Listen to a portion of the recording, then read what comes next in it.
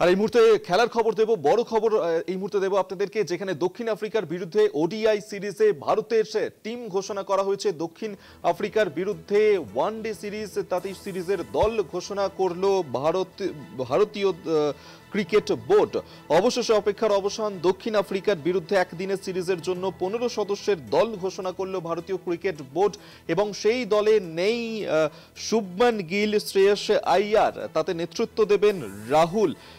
প্রোটিয়াদের বিরুদ্ধে ওডিআই সিরিজের দল ঘোষণা ভারতের, এবং এই যে ওডিআই সিরিজের দল ঘোষণা ভারতের, তাতে শুভমান গিল, শ্রেয়স আইয়ার তারা নেই। আমরা এই নিয়ে আরো বিস্তারিত আপডেট নেব। Joyjyoti Ghosh, assistant sports editor, আমাদের সঙ্গে টেলিফোনে রয়েছেন।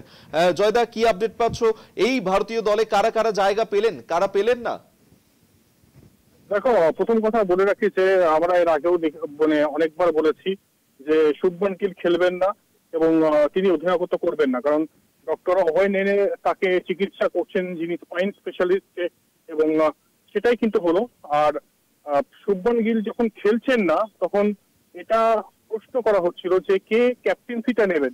রোহিত শর্মাকে অ্যাপ্রোচ করা হয়েছিল বিসিসিআই এর তরফ থেকে, এবং রোহিত শর্মা পরিষ্কার ভাবেই না করে দিয়েছেন, যার ফলস্বরূপ অ্যাজ এ প্লেয়ার তিনি খেলবেন, এবং অ্যাজ এ প্লেয়ারই তিনি কনসেন্ট্রেট করছেন। তার লক্ষ্য হচ্ছে 2027 ODI world cup. Virat Kohli যথাযথ কামব্যাক করছেন। আর ক্যাপ্টেন্সির দৌড়ে দুজন এগিয়েছিলেন, এক নম্বর হচ্ছে KL রাহুল, এবং 2 নম্বর হচ্ছে ঋষভ পান্থ। ঋষভ পান্থ যেহেতু টেস্ট ক্যাপ্টেন্সি করছেন, তাই তার কথাও কিন্তু ভাবা হয়েছিল। তবে KL রাহুলের তুমি যদি ট্র্যাক রেকর্ড দেখো অ্যাজ ক্যাপ্টেন, ওডিআই ক্যাপ্টেন, যথেষ্ট ভালো। আর সেই জন্যই শেষ পর্যন্ত কিন্তু KL রাহুলকে ক্যাপ্টেন্সি দেওয়া হলো, অ্যাডেড রেসপন্সিবিলিটি, এবং যাতে ওয়ার্কলোডটাও ম্যানেজ হয়ে যায়, কারণ একদিকে ক্যাপ্টেন্সি এখানে করছেন ঋষভ পান্থ। তাই সব মিলিয়ে বলার যে KL রাহুল ক্যাপ্টেন্সি করছেন, এবং আমি একবার টিমটা বলে দেবো যারা যারা রয়েছেন এই টিমে। রোহিত শর্মা, যশস্বী জয়সওয়াল, বিরাট কোহলি, তিলক বর্মা, KL রাহুল, ঋষভ পান্থ, ওয়াশিংটন সুন্দর, রবীন্দ্র জাদেজা, কুলদীপ যাদব, নীতিশ কুমার রেড্ডি, হর্ষিত রানা, ঋতুরাজ গায়কোয়াড়, প্রসিদ্ধ কৃষ্ণা, অর্শদীপ সিং, রূপ জুড়েল।